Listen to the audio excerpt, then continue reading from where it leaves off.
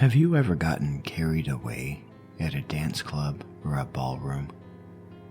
Maybe you've lost track of time and didn't notice it was time to go home. Have you ever danced an entire week away without knowing the time? For many of us, the thought is ridiculous, a mere article of fantasy that would never happen in real life. But for the residents of medieval Straussberg in modern-day France, the idea was all too real. It happened on a warm day in July of 1518. Life went about as usual in town. Then, for reasons unknown, a woman, probably named Lady Trophea, walked out into the middle of the street and began to dance. The onlookers were stunned, not knowing what to make of it. The dance continued well into the night, and the next morning the villagers saw that she was still at it. With no inkling of what to make of the spectacle, they went about their business. The woman continued dancing for nearly a week until exhaustion overcame her and she collapsed into a heap. But as soon as she awoke, the dancing started once more, this time with an extra twist. Several young ladies from the village joined her, apparently being afflicted with the same illness. The young ladies danced until, one by one, they also fell into exhaustion, only to get back up and dance again when they awoke. The dance mania of Straussberg continued day and night, with more people joining as time went on. The numbers went anywhere from 50 to 400 who joined the dancers, depending on which source is being cited. It became such a big deal that one may find record of it from physicians, the church, local news of the time, and the city council. It seemed that everybody was talking about the dancers.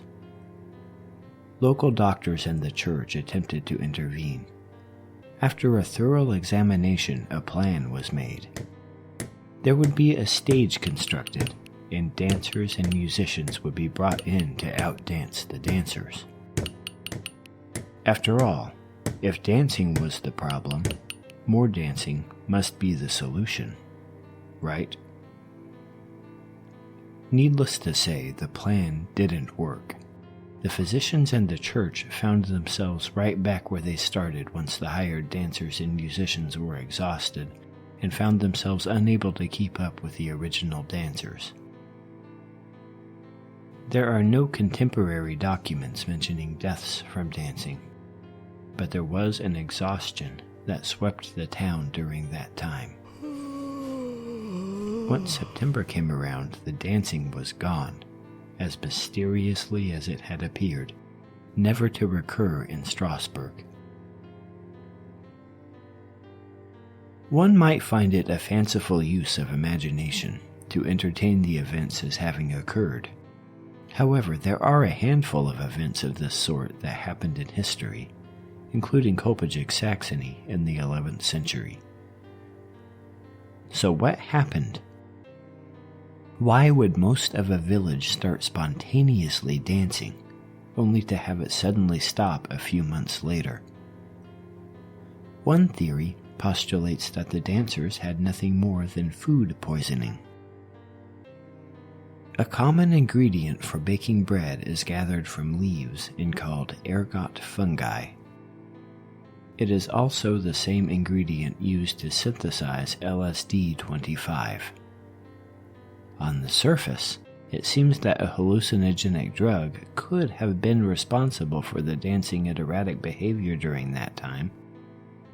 But is it possible that the effects would have lasted 2 months, during which time there was no reprieve? Another theory lays the blame on mass psychogenic illness, a mental disorder that happens when bizarre behavior is spread from one person to another like an illness. Whatever happened during that time, we can be certain of one thing: nothing is certain.